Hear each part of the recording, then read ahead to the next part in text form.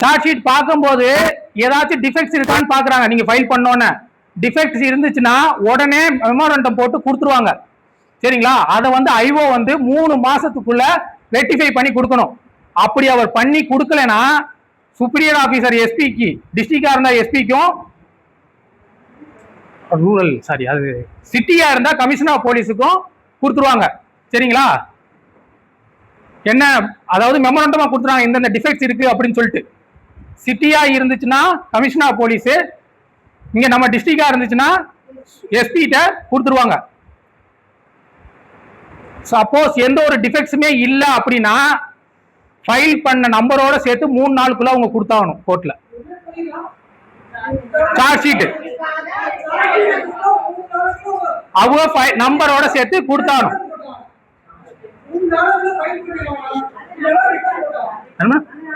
அது இப்ப நீங்க சார்ஜ் ஷீட் ஃபைல் பண்ணும்போது விஸ்ரா ரிப்போர்ட் நம்மளுக்கு கையில கிடைச்சிருக்காது, கெமிக்கல் அனாலிசிஸ் கிடைச்சிருக்காது, டிஎன்ஏ டெஸ்ட் கிடைச்சிருக்காது.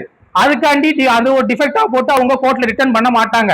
அது சப்சிக்வெண்டா இப்போ உள்ள பிஎன்டபிள்யூஎஸ் எழுதிக்கங்க. இப்போ உள்ள பிஎன்டபிள்யூஎஸ்ல 329 படி எக்ஸ்பர்ட் ஒப்பீனியன் எப்ப வேணாலும் கொடுக்கும்போது அதை அவங்க கோர்ட்ல கன்சிடர் பண்ணிக்குவாங்க. 329ல யாரெல்லாம் ஒரு ரிப்போர்ட்டுக்கு எக்ஸ்பர்ட் எக்ஸாமினேஷன் பண்ணி கொடுக்குறாங்களோ அவங்களை பத்தி சொல்றதுதான் அந்த செக்ஷன் 329. இது மட்டும் கொஞ்சம் அமைச்சிருக்கீங்களா? இப்ப இந்த அவங்க கொடுக்கிற காப்பியில எதுவும் டிஸ்பியூட் இருந்துச்சுன்னா மட்டும்தான் ஃபார்மல் ப்ரூஃபுக்கு கூப்பிடுவாங்க. இப்ப உள்ள செக்ஷன் 330 இல்லாட்டினா கூப்பிடக்கூடாதுன்னு சொல்லிட்டாங்க டிஎன்டபிள்யூஎஸ்ல. அவங்களோட எக்ஸ்பர்ட் ஒப்பீனியன் கொடுக்குறாங்க. ஒப்பீனியன் கொடுக்கும்போது எதுவும் டிஸ்பியூட் இருந்தா மட்டும்தான் கூப்பிடணும். ஏன்னா ஸ்பீடி ட்ரையல் பர்பஸுக்காண்டி அவங்க வர வேணான்ற மாதிரி கொண்டு வந்திருக்காங்க 330ல. மெடிக்கல் அனாலிஸ்ட் கூப்பிடுறது குறைஞ்சிடும். இதுல டாக்டரையும் எக்ஸ்பர்ட் இவங்க இருக்காங்களா அவங்கள கூப்பிடுறது குறைஞ்சிடும். அதுக்கு மூலியமா டிஸ்பியூட் இருந்து எதிர்க்கிற கோயில் ஆட்சேபனை தெரிவிக்கப்பட்டிருக்கிறதோ கூப்பிடுற மாதிரி இன்னைக்கு வந்துடும். நம்ம அப்டேட் ஆயிட்டோம். 2024 இருந்து 2026 2 வருஷத்துல நம்ம அப்டேட் ஆயிட்டோம். கோர்ட்டுன்னா அப்டேட் ஆக வேண்டியது. இதே ப்ராசிக்யூஷன் சைடுல ஒரு காப்பீஸ் கொடுக்குறாங்க, அக்யூஸ் தரப்பு காப்பீஸ் கொடுக்குறாங்கன்னா அதை 30 நாளுக்குள்ள ஃபார்மல் ப்ரூஃப் கொண்டு வரணும்னு சொல்லிட்டாங்க. இப்போ உள்ள கோர்ட் 30 நாளுக்குள்ள நீங்க அசெப்ட் பண்ணிக்கிறீங்களா டெனை பண்ணிக்கிறீங்களான்னு சொல்லிட்டு 330ல அதுவும் வச்சுட்டாங்க.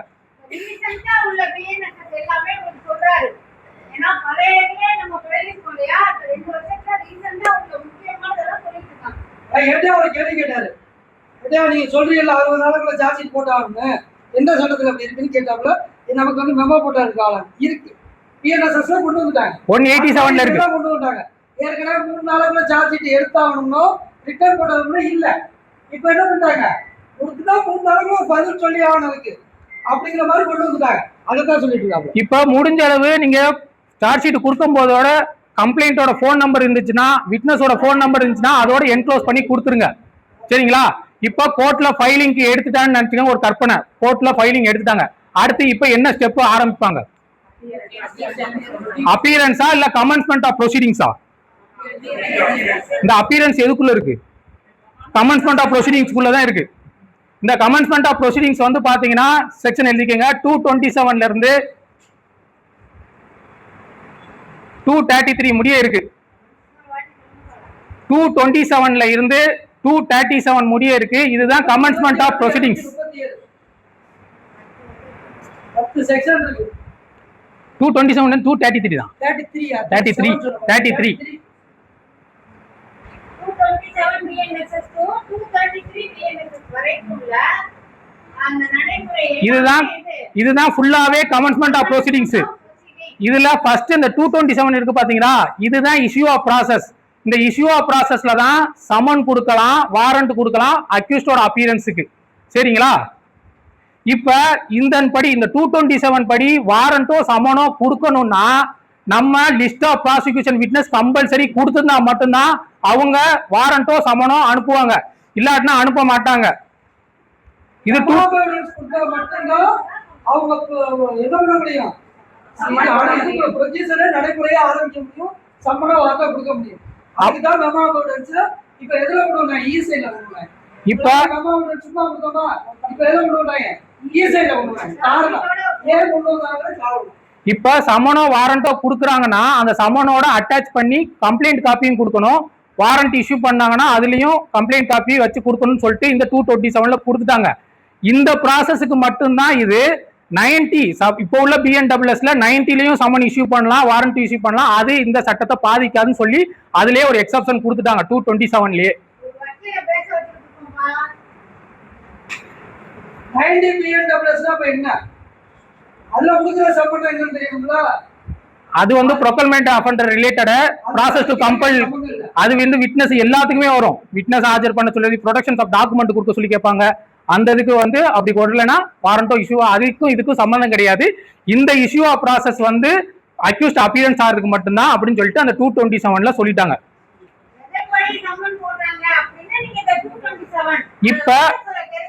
இப்ப இந்த சமனை சர்வ் பண்ணணுங்கிறதுக்கு இப்போ உள்ள பிஎன்டபிள்யூஎஸ்ல 63ல இருந்து 71 முடிய இருக்கு. அதுல 63 வந்து சமன்னா என்னன்னு சொல்லுது. அது என்கிரிப்டடா இருக்கலாம், பிசிக்கல் ஃபார்மா இருக்கலாம், எப்படி வேணா இருக்கலாம். சம்மன் சொல்றோம்ல, அந்த சம்மனுக்கு உண்டான செக்ஷன் 63. அந்த செக்ஷன் படிதான் சம்மன்னா என்ன, அந்த சம்மன் எப்படி இருக்கணும், 2 காப்பி இருக்கணும், அவரோட கையெழுத்து இருக்கணும். அதுலதான் இப்ப என்ன சொல்லியிருக்காங்க கண்டிப்பா. அதுல இப்ப சமன் வந்து எப்படி சர்வ் பண்ணணும்னு 64ல சொல்றாங்க. இப்ப எலக்ட்ரானிக் கம்யூனிகேஷன் மூலமா நம்மளுக்கு வந்துச்சுன்னா நம்ம 70 சப் கிளாஸ் 3ல அவங்களுக்கும் வாட்ஸ்அப்லயோ எலக்ட்ரானிக் கம்யூனிகேஷன்லயோ அவங்க நம்ம இதை அனுப்பலாம். அப்படி சம்மன் வந்து மேனுவலா கையில மட்டும்தான் கொடுத்தாங்க. இப்ப எப்படி வருது? ஈசமனா நமக்கு வருது. காரணம் 63ல ஈசமனா வந்து ஸ்டேஷனுக்கு அனுப்பலாம் அப்படின்னு செக்ஷன்ல கொண்டு வந்துட்டாங்க. அதனாலதான் நமக்கு ஈசமனா வருது. இப்ப சரி, நமக்கு ஈசமனா வந்துச்சு, அதை எப்படி டெலிவரி பண்ணலாம்? இப்ப 70ல சப் கிளாஸ் 3ல அவங்களுக்கு கொடுத்துடுறோம். அவங்களுக்கு கொடுத்ததுல எலக்ட்ரானிக் கம்யூனிகேஷனா அனுப்பிச்சிடுறோம். ஒரு டபுள் டிக் வந்துருச்சு இல்ல சர்வ்டுன்னு வந்துருச்சுனாலே அது கோர்ட் பிரிசம்ப்ஷன் எடுத்துக்கும், deemed to served. 71 sub clause 2ல எழுதிக்கங்க. கொடுத்து கையெழுத்து வாங்கிதான் சர்வ் பண்ணணும்னு சட்டம் சொல்லல. உங்களுக்கு ஒரு சம்மன் வந்துருச்சுன்னா 71 சப் கிளாஸ் 2 71 சப் கிளாஸ் 2ல என்ன சொல்றா? அது சம்மன் சர்வ் பண்ணல கணக்கு. கோர்ட்ல இது சர்வ் இல்லைன்னு சொல்ல முடியாது. ஆனா சொல்றாங்க ஒரு சில கோர்ட்ல, பட் ஆனா சொல்ல முடியாது. உங்களுக்கு ஒரு சம்மன் வாட்ஸ்அப்ல அனுப்பிச்சிட்டீங்க, டபுள் டிக் ஆயிடுச்சு, அந்த டபுள் டிக்கை ஸ்கிரீன்ஷாட் எடுத்து அட்டாச் பண்ணீங்க, சம்மனை சர்வ் பண்ணீங்கன்னா அது சர்வ்டு கணக்கு தான்.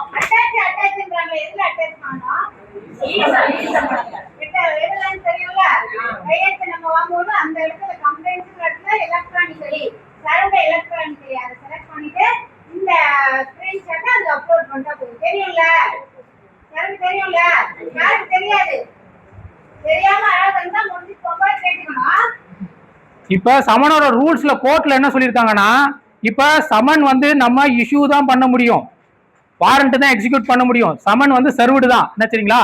அப்படி சமன் சர்வ் பண்றதுக்கு நம்ம போலீஸ் என்னென்ன ஸ்டெப்ஸ் எடுத்திருக்கீங்க, எடுத்து அவனை ரீச் பண்ண முடியலன்னா ஒரு அஃபிடவிட் வச்சு நம்ம கோர்ட்டுக்கு ரிட்டர்ன் அனுப்பணும். இது கோர்ட்டோட ரூல்ஸ். இப்ப எலக்ட்ரானிக் வந்துச்சுன்னா எக்ஸ்பைரி ஆயிடுச்சுன்னா நீங்க ரிட்டர்ன் பேக் கோர்ட்டுக்கு அனுப்பிடுறீங்க. இப்ப உள்ள ரூல்ஸ் சரிங்களா? சமன் சர்வ் பண்ண முடியலன்னா சர்வ் பண்ணணும், கோர்ட் திருப்பி கொடுக்கணும். முன்னாடி திருப்பி கொடுக்கிறப்போ ஒரு ஃபார்ம் மாதிரி எழுதி கொடுக்கணும். நம்ம சும்மா தான் கொடுத்தோம். இப்ப அப்படி இல்லை.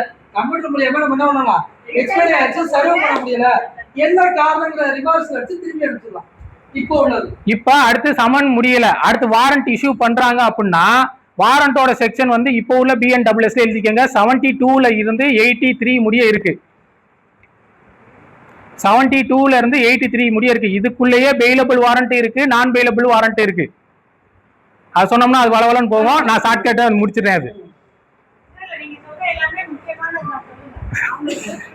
இப்ப இதுல 72 73 மட்டும்தான் பெயிலபிள் செக்ஷன், பெயிலபிள் வாரண்ட்.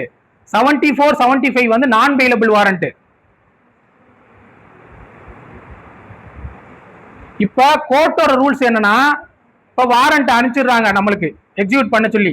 இதை வந்து நம்ம என்ன பண்ணணும், 30 நாளுக்கு 30 நாள் ஒரு தடவை நம்ம என்ன பண்ணிருக்கோம், ஸ்டெப்ஸ் எடுத்திருக்கோம் அந்த வாரண்ட் எக்ஸிக்யூட் பண்றதுக்குன்னு சொல்லிட்டு நம்ம ஒரு ரிப்போர்ட் கொடுக்கணும். அப்படி 90 நாள் ஆச்சுன்னா கோர்ட் வந்து என்ன பண்ணுவாங்க, நம்ம எக்ஸிக்யூட் பண்ண முடியல அப்படின்னா கோர்ட் நினைச்சா சுப்பீரியர் ஆபீசருக்கு அனுப்பிடுவாங்க வாரண்ட் எக்ஸிக்யூட் பண்ண சொல்லி. அந்த சுப்பீரியர் ஆபீசர் யாருன்னா நம்ம எஸ்பி கூட அனுப்பலாம்.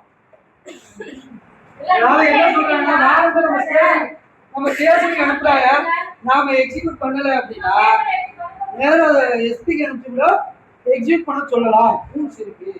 அவங்க வந்து எஸ்பி சார் போனா அவர் அதுதான் கொடுக்க போறாங்க. பட் ஆனா எப்படி ஹைகோர்ட்டுக்கு நம்ம டைரக்ஷன் நம்மள போறதுக்கும் எஸ்பி சார் போறதுக்கு வித்தியாசம் இருக்கு. இது எல்லாம் பயமுறுத்த சொல்லல. ஃபர்ஸ்ட் ஆஃப் ஆல் புரிஞ்சுக்கணும், சட்டங்கள் எவ்வளவு மாறிடுச்சு, நாம எவ்வளவு இருக்காங்க. இதெல்லாம் சட்டத்துல இருக்கிறதா நான் சொல்றேன், இல்லாத நான் சொல்லவே மாட்டேன். இன்னும் எவ்வளவு அப்டேட் ஆகுறதுக்காக சொல்லிட்டு இருக்கோம். நாங்க ஏதோ 2.0 கொண்டு வந்து உங்களெல்லாம் கொடுமைப்படுத்துறோம் நினைச்சு கீழப்பங்களை பக்கம் வரையில கல்லல் அடிச்சிடக்கூடாது இல்ல என்னடா அந்த பக்கம் இவன் தானே சொல்லிக்கிட்டே படுத்துறான்னு அதுக்கு. இப்ப சமனும் வாரண்ட்டும் முடிச்சாச்சு, எக்ஸிக்யூட் பண்ண முடியல. மேடம் கேட்டாங்க NPW வச்சு எக்ஸிக்யூட் பண்ணுங்க, முடியல அப்படின்னு சொல்லிட்டாங்க.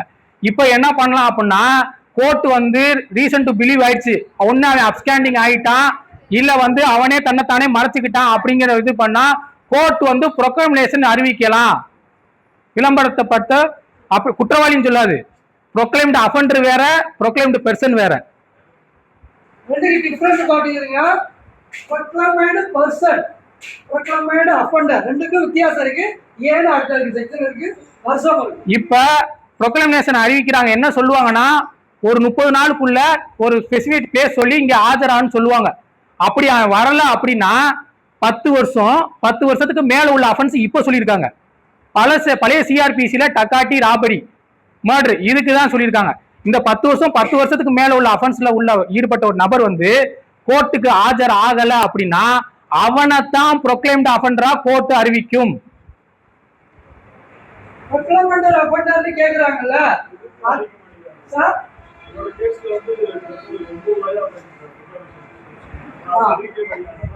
அது கோர்ட்டோட டிஸ்கிரிஷன். எந்த வருஷம் அவருக்கு தண்டனை, செஞ்ச தப்புக்கு தண்டனை, அது கோர்ட்டோட நடைமுறைகள். இப்ப ப்ரொக்ளைம்டு அஃபெண்டர் வந்துட்டாங்க அப்படின்னா முதல்ல அக்யூஸ்ட் கம்பல்சரியா இருந்தாதான் ட்ரையல்ல விட்னஸ் எடுக்க முடியும். தெரியுமா? பழைய 273, இப்ப 308. சரிங்களா? அப்படி அக்யூஸ்ட் இல்லாமையும் விட்னஸ் எடுக்கலாம்னு சொல்லிட்டு பழைய 299, இப்ப 335. அதாவது அக்யூஸ்ட் இருந்தாதான் முன்னாடி என்ன பண்ணுவாங்க, ட்ரையல்ல விட்னஸே எடுக்க முடியும், டிபோசிஷனே எடுக்க முடியும். இப்ப அப்படி கிடையாது. அக்யூஸ்ட் இல்லனால இப்ப இதெல்லாம் கருத்தில் கொண்டு ஒரு அப்படிதான் பண்றாங்க. ஆனா எல்லாம் ஒரே நாள்ல மாறிடும் சொல்ல முடியாது. ஆனா மாறும், வெகு விரைவில் மாறிடும். வெகு 2.0ல வந்து நம்மளோட சார்ஜ் என்ன பண்ண மாட்டேங்கிறாங்க, டைரக்டா எடுக்கவே மாட்டேங்கிறாங்க. 308 வந்து அக்யூஸ்ட் இருந்தா மட்டும்தான் விட்னஸ் எடுக்க முடியும். அக்யூஸ்ட் இல்லாம விட்னஸ் ட்ரையல் எடுக்கிறது வந்து பாத்தீங்கன்னா 335 இப்போ உள்ளது. இப்ப இது பழைய நடைமுறை இருந்துச்சு. இப்ப ப்ரொக்ளைம்டு அஃபெண்டர் வரும்போது 356 சொல்லிட்டு ஒரு புது செக்ஷனே கொண்டு வந்துட்டாங்க. என்னன்னா இன்கொயரி, ட்ரையல், ஏன் ஜட்ஜ்மெண்ட் அவன் இல்லாம பாஸ் பண்ணலாம் அப்படின்னு சொல்லிட்டு 356ல இப்ப உள்ள BNWSல கொண்டு வந்துட்டாங்க. ப்ரொக்ளைம்டு அஃபெண்டர் வந்துட்டாங்க, அறிவிச்சுட்டாங்க அப்படின்னா அவங்களுக்கு ஜட்ஜ்மெண்ட் முடிய பாஸ் பண்றதுக்கு 356 செக்ஷன் வந்துருச்சு. சொல்றேன், இது ஃபர்ஸ்ட் முடிச்சிடுறேன். இந்த விஷயம் ஒரே ஒரு சின்ன கிளாரிஃபிகேஷன், ஒரே ஒரு சொன்னீங்கன்னா மேடம் கேட்டாங்க, இப்பவும் வந்து அக்யூஸ்ட் வந்தாலும் விசாரிக்கிறாங்கன்னு. எல்லா கேஸுக்கும் அக்யூஸ்ட் வராம விசாரிக்க முடியாது. அது அந்த விளக்கத்தை சொல்லுங்க. அதுக்குதான் இப்ப வந்து நம்ம இப்ப 356ல அவன் இல்லாமயே ஜட்ஜ்மெண்ட் ட்ரையல் கண்டக்ட் பண்றதுக்கு அந்த கேஸுக்கு எல்லா கேஸ் 10 வருஷம் 10 வருஷத்துக்கு மேல உள்ள அஃபென்ஸ்க்கு மட்டும்தான் நம்ம 296க்கோ 323க்கோ பண்ண முடியாது. ஜேஎம் வந்து 10 வருஷ கேஸ் விசாரிக்க முடியாது. சொல்ல முடியாது, நானே எழுத முடியும். நான் அமித்ஷாவா உட்கார்ந்து எழுதி இல்ல, அதுக்கும் சொல்லிடுறேன், அதுக்கும் இருக்கு. அடுத்த பாயிண்ட் இருக்கு, இது சொல்லி முடிச்சிடுறேன். அடுத்த பாயிண்ட் இருக்கு, அடுத்த பாயிண்ட் நீங்க சொல்றது எல்லாமே அடுத்த பாயிண்ட் இருக்கு. நான் வரிசையா தான் கொண்டு போயிட்டு இருக்கேன், ஃப்ளோல தான் கொண்டு போயிட்டு இருக்கேன். ஏன்னா ஆர்டிகல் 21ல என்ன சொல்லுதுன்னா, ரைட் டு டிஃபெண்ட் அவனோட ரைட்டு. இவனே வந்து அப்ஸ்டாண்ட் ஆயிட்டானா அவனோட ரைட்டே விட்டு கொடுக்குறான். என்ன சரிங்களா? அப்ப அந்த ஃபர்ஸ்ட் 356(1)ல அவனே வரலனா மெஜிஸ்ட்ரேட், அதாவது ஜட்ஜ் ஃப்ரேமிங் ஆஃப் சார்ஜ் பண்ணலாம். ஜட்ஜ் வேற, மெஜிஸ்ட்ரேட் வேற. என்ன சரிங்களா? அப்ப ஜட்ஜ் வந்து ஃப்ரேமிங் ஆஃப் சார்ஜ் பண்ணலாம். அந்த ஃப்ரேமிங் ஆஃப் சார்ஜ் பண்ணதுல இருந்து 90 நாள் கழிச்சு தான் ட்ரையலே ஆரம்பிக்கணும். இந்த 356ல சொல்றாங்க. அப்படி 90 நாள் ஆரம்பிக்கிறதுக்கு முன்னாடி 30 நாளா அவர் வந்து நோட்டீஸ் போர்டில் ஒட்டணும், நியூஸ் பேப்பர்ல பப்ளிஷ் பண்ணணும். இதெல்லாம் இப்ப ரூல் என்ன தெரியுங்களா? இப்ப பப்ளிஷ் பண்ணியாச்சு, ட்ரையல் வந்து ஃப்ரேமிங் சார்ஜ் பண்ணி 90 நாள் ஆயிடுச்சு. இப்ப ட்ரையல் ஆரம்பிக்கிறாங்க.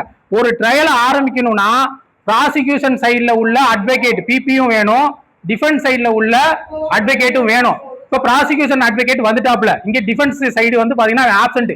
இப்ப கோர்ட் என்ன பண்ணும்னா ஸ்டேட் எக்ஸ்பென்ஸ்ல 341க்கு கீழே எழுதிக்கங்க, 341க்கு கீழே ஒரு அட்வொகேட்டை நாமினேட் பண்ணும். ஏன்னா ட்ரையல் 2 பேரும் இருந்தா மட்டும்தான் ட்ரையலே நடத்த முடியும்.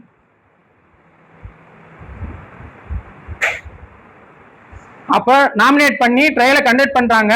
எவிடன்ஸ் எடுக்கலாம், அவன் இல்லாம எவிடன்ஸ் எடுக்கலாம், அதை வந்து ரெக்கார்ட் பண்ணிக்கலாம். சப்போஸ் நாளைக்கு அந்த அக்யூஸ்ட் வந்துட்டான்னு வச்சுக்கோங்க, இவன் வந்துட்டான்னு ஃபர்ஸ்ட்ல இருந்துலாம் ட்ரையலை கண்டினியூ பண்ண மாட்டாங்க, ஃபர்ஸ்ட்ல இருந்துலாம் ஆரம்பிக்க மாட்டாங்க. ஜட்ஜ்மெண்ட் ப்ரொனவுன்ஸ் பண்ணா ப்ரொனவுன்ஸ் பண்ணிடலாம். சப்போஸ் இவன் வரல அப்படின்னா இவன் இந்த கேஸை எடுத்துட்டு கன்விக்ஷனுக்கு எதிராக அப்பீல் போகணும்னா இவன் அடுத்து பிசிக்கல் அப்பியரன்ஸ் கொடுத்தா மட்டும்தான் அங்கே அப்பீல். அதுவும் 3 வருஷத்துக்குள்ள கொடுக்கணும். இது எல்லாமே 356ல சொல்லுது. இப்பதான் ஒரு ட்விஸ்ட் என்னன்னா, இப்ப ப்ரொக்ளைம்ட் அஃபெண்டர் தான் இந்த சொல்லிட்டு இருந்தேன்னா, இப்ப ப்ரொக்ளைம்ட் அஃபெண்டர் தவிர ப்ரொக்ளைம்ட் பெர்சன்னா நார்மலா உள்ள பெர்சன், சரிங்களா? அதே நார்மல் கேசஸ்க்கு வரலன்னா ஸ்டேட் கவர்மெண்ட் நினைச்சா இந்த ப்ரொவிஷன் ஃபாலோ பண்றாங்கல்ல, இத ப்ரொக்ளைம்ட் பெர்சனுக்கும் இந்த செக்ஷன் எக்ஸ்டெண்ட் பண்ணலாம்னு சொல்லிட்டு நோட்டிபிகேஷன் விடலாம்னு சொல்லிட்டு ஸ்டேட் கவர்மெண்ட் பவர் கொடுத்துட்டான். அதன்படி ஸ்டேட் கவர்மெண்ட் என்ன பண்றாங்கன்னா 9/10/2025ல ஒரு நோட்டிபிகேஷன் விடுது கெசட்ல, 2/1 ஒரு நோட்டிபிகேஷன் கெசட்ல விடுது. இந்த நார்மல் ப்ரொக்ளைம்ட் பெர்சனுக்கும் இந்த சட்டங்கள் பாயும். அப்ப எல்லா கேஸுக்கும் பண்ணலாம் 356.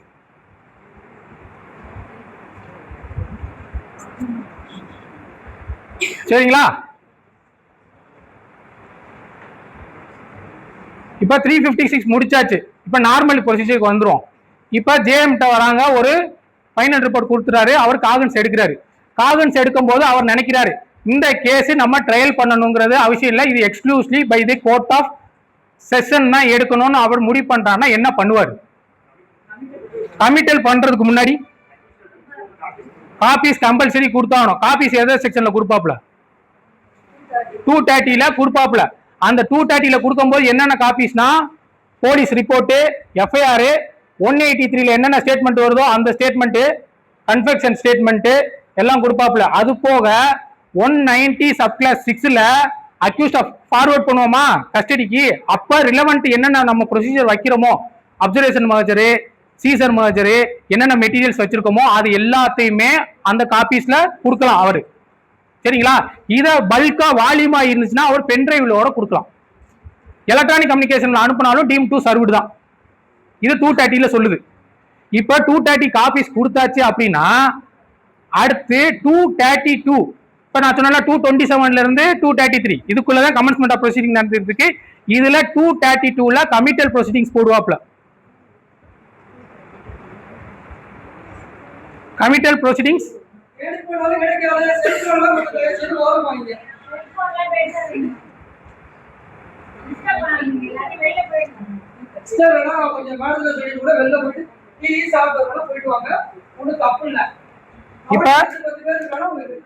இப்ப கமிட்டல் ப்ரொசீடிங்ஸ் போடுறாரு. இப்ப கமிட்டல் ப்ரொசீடிங்ஸ் போடும்போது அவர் என்ன நினைச்சாருன்னா அந்த அக்யூஸ்ட நான் கமிட் பண்ற முடிய கஸ்டடியில வைக்கணும்னு சொல்றனாலும் சொல்லலாம், இல்ல ட்ரையல் முடிய கஸ்டடியில வைக்கணும்னாலும் சொல்லலாம். என்ன சரிங்களா? அது போக என்கிட்ட என்னென்ன காப்பீஸ் வந்திருக்கோ அவர் 497ல லிஸ்ட் ப்ரிப்பேர் பண்ணுவாரு. ஜுடிஷியல் மேஜிஸ்ட்ரேட் என்னென்ன ப்ராப்பர்ட்டி வந்திருக்கோ அதையும் அவர் அனுப்பலாம். பிளஸ் பப்ளிக் ப்ராசிக்யூட்டர்கிட்ட கம்பல்சரி நோட்டிஃபை பண்ணி ஆகணும் பப்ளிக் ப்ராசிக்யூட்டர்கிட்ட. ஏன்னா கோர்ட் ஆஃப் செக்ஷன்ல ட்ரையல் கண்டக்ட் பண்றது பப்ளிக் ப்ராசிக்யூட்டர் தான், அதனால அவர்கிட்ட சொல்லியே ஆகணும்.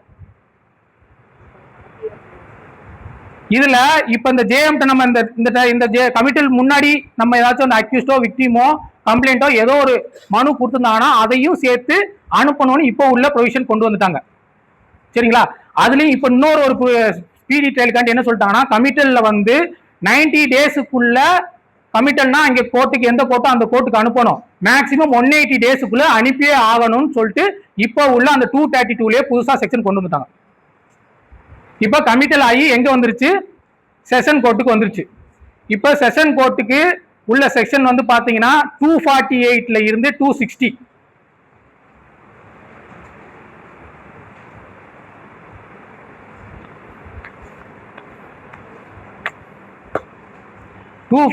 இருந்து 260 இந்த செக்ஷன் படி தான் கோர்ட்ல செஷன் கோர்ட்ல ட்ரையல் நடக்கும். சரிங்களா? இப்போ 248 என்ன சொல்லுதுன்னா பப்ளிக் ப்ராசிக்யூட்டர் தான் ட்ரையலை கண்டக்ட் பண்ணணும்னு சொல்லுதுதான் 248. இப்ப பப்ளிக் ப்ராசிக்யூட்டர் என்ன பண்றாரு, அக்யூஸ்ட் வந்துட்டான். வந்தோடனே என்ன சொல்லுவாருன்னா ஃபர்ஸ்ட் ஹியரிங் சார்ஜ் அன்னைக்கு தான், எப்ப அக்யூஸ்ட் வரானோ அப்ப வந்து என்ன பண்ணுவாங்கன்னா சார்ஜ் உடனே எல்லாம் இது பண்ண மாட்டாங்க. என்ன பப்ளிக் ப்ராசிக்யூட்டர் என்ன சொல்லுவாருன்னா இவன் வந்து அக்யூஸ்ட்ங்கிறத நான் ப்ரூவ் பண்றதுக்கு என்கிட்ட என்னென்ன ப்ராசிக்யூஷன் விட்னஸ்லாம் என்கிட்ட இருக்கு அப்படின்னு சொல்லிடுவாப்புல. அதான் ஃபர்ஸ்ட் ஹியரிங் ஆஃப் சார்ஜ். சரிங்களா? இப்ப கமிட்டல் ஆகி வந்துருச்சுல செஷன் கோர்ட்டுக்கு, அதுல இருந்து அக்யூஸ்ட் வேணும்னா 60 நாளுக்குள்ள என் மேல எந்த ஒரு தப்பு இல்லை அப்படின்னு சொல்லி டிஸ்சார்ஜ் பெட்டிஷன் ஃபைல் பண்ணலாம். சரிங்களா? டிஸ்சார்ஜ் பெட்டிஷன் இங்க கமிட்டல் ஆகி வந்ததுல இருந்து 60 நாளுக்குள்ள. இதெல்லாம் டைம் லிமிட் இப்ப புது சட்டங்கள்ல வந்திருக்கு, பழசு சிஆர்பிசில கிடையாது. இப்ப என்ன பண்ணுவார்னா அடுத்து டிஸ்சார்ஜ் பெட்டிஷன் அக்யூஸ்ட் போட்டோன்னே ஜட்ஜி என்ன பாக்குறாருன்னா ப்ராசிக்யூஷன் சைடு ரெக்கார்ட் சப்மிட் பண்ணாங்களா, அக்யூஸ் சைடு ரெக்கார்ட் சப்மிட் பண்ணாங்களா, ரெண்டத்தையும் பார்த்துட்டு சஃபிஷியன்ட் இல்லைன்னா டிஸ்சார்ஜ் பெட்டிஷன் கொடுத்துடலாம். அப்படி சஃபிஷியன்ட் இருந்துச்சு, சஃபிஷியன்ட் இல்லைன்னா அடுத்து கோர்ட் பா சஃபிஷியன்ட் தான் டிஸ்சார்ஜ் கொடுத்துருவாங்க. அடுத்துதான் இப்போ ஃப்ரேமிங் ஆஃப் சார்ஜுக்கு வருவாங்க. எப்பன்னா 251ல ஃப்ரேமிங் ஆஃப் சார்ஜ் வருவாங்க. இப்போ ஃப்ரேமிங் ஆஃப் சார்ஜ் வரும்போது இவன் அக்யூஸ்ட்னு பிரிசம்ஷன் பண்றதுக்கு ஜட்ஜுக்கு வெளிப்படையா தெரிஞ்சிருச்சு அப்படின்னா அதுல என்ன பண்ணுவார்னா ஃப்ரேமிங் ஆஃப் சார்ஜ் பண்ணிக்கிட்டு இருக்காரு. ஃப்ரேமிங் ஆஃப் சார்ஜ் பண்ணிக்கிட்டு இருக்கும்போது இல்ல இது நம்ம விசாரிக்க வேண்டிய கேஸ் இல்ல அப்படின்னு அவர் நினைச்சார்னா அவர் வந்து சீஃப் ஜுடிஷியல் மேஜிஸ்ட்ரேட்டையோ இல்ல ஃபர்ஸ்ட் கிளாஸ் ஜுடிஷியல் மேஜிஸ்ட்ரேட்டையோ டிரான்ஸ்ஃபர் பண்ணலாம் கேஸ. அந்த டிரான்ஸ்ஃபர் பண்ணதுக்கு அப்புறம் அவங்க வாரண்ட் கேஸ் எப்படி ட்ரையல் நடக்குமோ அதன்படி அவங்க விசாரிக்கலாம். செஷன் கோர்ட் ப்ரொசீஜர் வேற, வாரண்ட் கேஸ் ப்ரொசீஜர் வேற. அதன்படி வாரண்ட் கேஸுக்கு தனியா இருக்கு. 251ல 1ல ஏ, அதுல பில என்ன நினைக்கிறார்னா இல்ல இது நான் தான் கம்பல்சரியா பண்ணி ஆகும்னு ஜட்ஜ் முடிவு பண்ணிட்டார்னா ஃப்ரேமிங் ஆஃப் சார்ஜ் பண்ணுவாரு. அப்ப ஃப்ரேமிங் ஆஃப் சார்ஜ் பண்ணும்போது அவர் என்ன பார்ப்பார்னா 234ல இருந்து 247 முடிய என்னென்ன கண்டிஷன் ஃபாலோ பண்ணணுமோ அதன்படி அவர் சார்ஜ் ஃப்ரேம் பண்ணுவாரு. ஃபர்ஸ்ட் ஹியரிங் சார்ஜ்ல இருந்து 60 நாளுக்குள்ள அவர் ஃப்ரேமிங் சார்ஜ் பண்ணி ஆகணும். இப்போ உள்ள செஷன் டிஎன்டபிள்யூஎஸ்ல ஃபர்ஸ்ட் ஹியரிங் சார்ஜ் ப்ராசிக்யூட்டர் சொல்றாரா இவர் அக்யூஸ்ட் ப்ரூவ் பண்றதுக்கு என்ன விட்னஸ்லாம் இருக்குன்ட்டு, அதுல இருந்து 60 நாளுக்குள்ள இவர் ஃப்ரேமிங் சார்ஜ் பண்ணி ஆகணும். பண்ணதுக்கு அப்புறம் தான் அவர் சொல்லுவாரு என்னென்ன சார்ஜ் நான் மேல இது பண்ணிருக்கேன், நீ குற்றத்தை ஒத்துக்கிறியான்னு கேட்பாப்புல. இப்பதான் ட்ரையலுக்குள்ளே வருது. சரிங்களா? அப்ப இவன் குற்றத்தை ஒத்துக்கிட்டானா அப்பயே கன்விக்ஷன் கில்ட்டி 252ல. அப்படி இல்ல அப்படின்னா அவன் ஒத்துக்கல அப்படின்னா ப்ராசிக்யூட்டர் வந்து பப்ளிக் ப்ராசிக்யூட்டர் டேட் கேட்பாப்ல 253ல டேட் கேட்பாப்ல. நான் ப்ராசிக்யூஷன் எவிடன்ஸ் நான் கொண்டு வந்து நிறுத்தி நான் ப்ரூவ் பண்றேன் அப்படின்னு டேட் கேட்பாப்ல.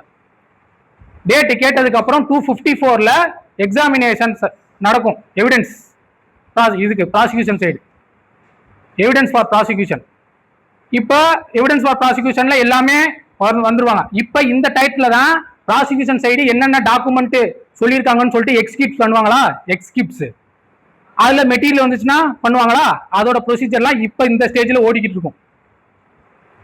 அப்படி ஓடினதுக்கு அப்புறம் ஜட்ஜ் நினைச்சாருன்னா இல்ல சஃபிஷியன்ட் இல்ல அப்ப நினைச்சா கூட 255ல அக்யூட்டல் பண்ணி விட்டுருவாரு.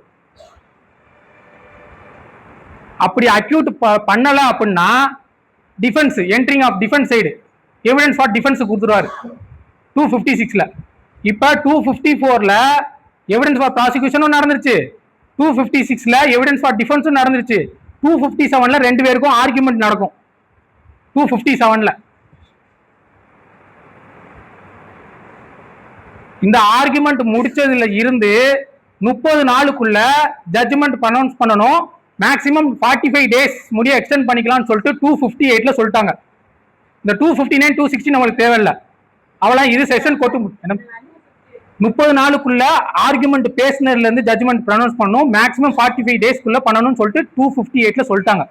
ஆர்குமெண்ட் பேசி முடிச்சாச்சு அப்படின்னா ஒத்திக்கிறாங்க தீர்ப்புக்காக அதிகபட்சம் 45 நாள்ல ஒத்திக்க முடியுங்கிறாங்க. இல்ல அது வந்து ரெண்டு அட்ஜஸ்ட்மெண்ட், அது இது வந்து ட்ரையலுக்கு அது வேற. அது ஆர்குமெண்ட் பண்றதுக்கு தான். அது 346 அது வேற. இப்ப 45 டேஸ்க்குள்ள அவர் ஜட்ஜ்மெண்ட் ப்ரொனவுன்ஸ் பண்ணி ஆகணும். இது 258ல 259 260 தேவையில்ல. இதோட செஷன் கோர்ட் முடிஞ்சிருச்சு. இப்ப வாரண்ட் கேஸுக்கு வருவோம். இப்ப வாரண்ட் கேஸ் தான் 261 258.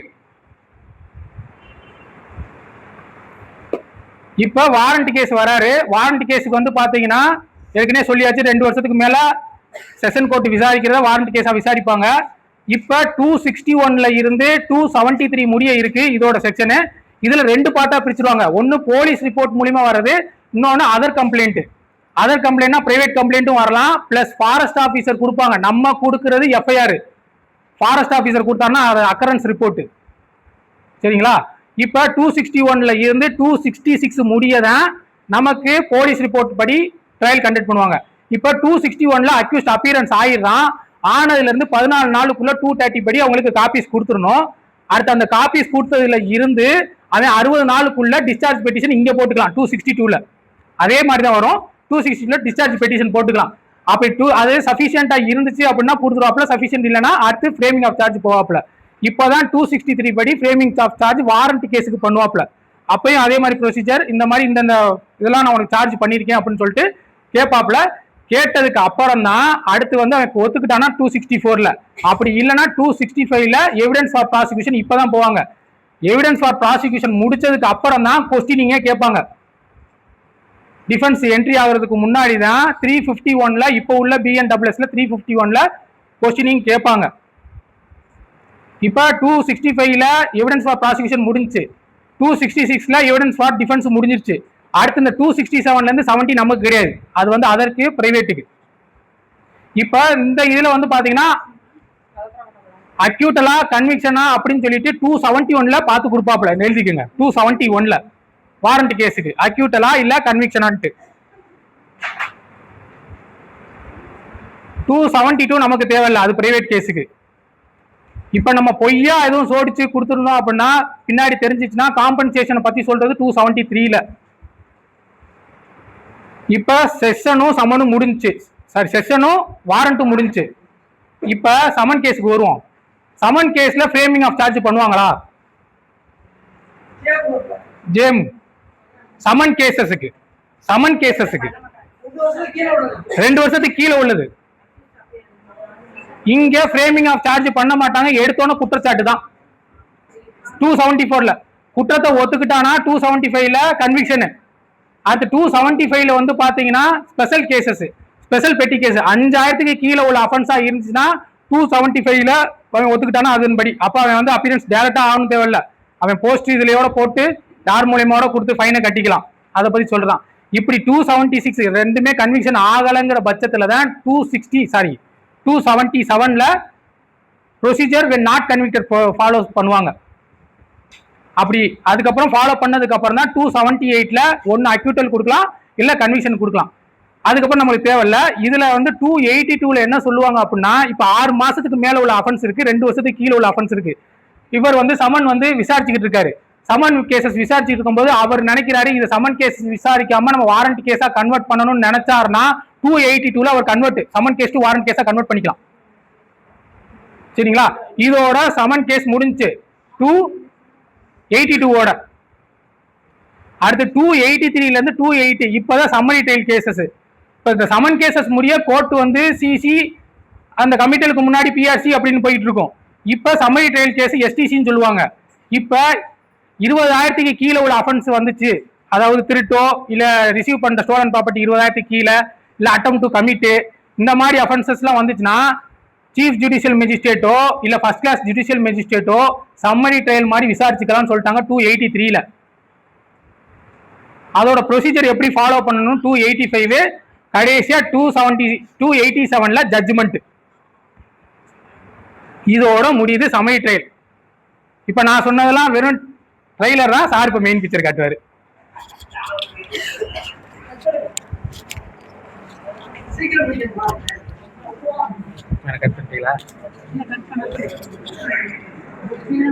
சார் எதுல ஓடிட்டு எதுல ரெக்கார்ட் ஆயிட்டு அட்டமலை வெளுத்து அடிக்க போறாங்க.